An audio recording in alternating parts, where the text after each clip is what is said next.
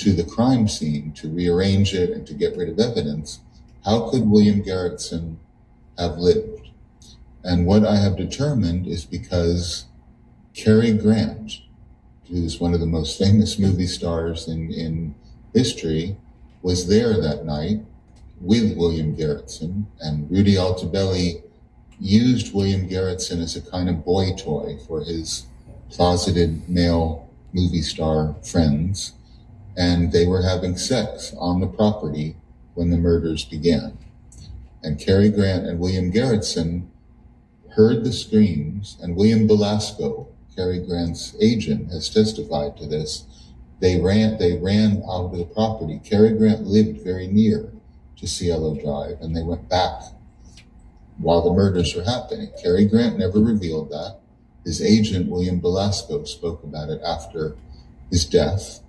And what I later learned is that when the police arrived around 8 o'clock in the morning, a lot of celebrities and rock people and music people and movie stars already knew about the murders.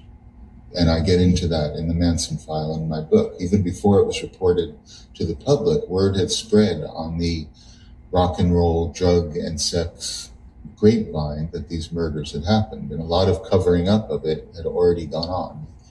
But by the time the police got there, they do a perimeter search. They go through a crime scene very carefully, and they looked at all the cars that were parked there.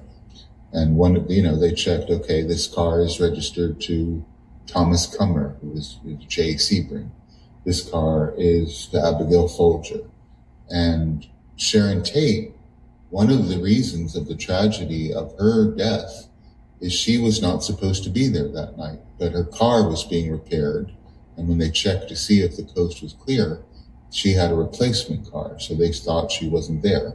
And that probably was, unfortunately, this little trivial detail was one of the factors that led to the murder. So then what you don't know, what you've never been told, is that there is a black Rolls Royce parked there. You look at the pictures, you won't see it. But the police found a black Rolls Royce, and they traced it to the name of Archibald Leach.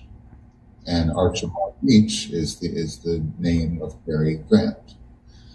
And what the police decided, and this is what this case is all about, is Hollywood skullduggery. Hollywood and the film industry in cahoots with the mob and other malefactors covering up the true nature of what was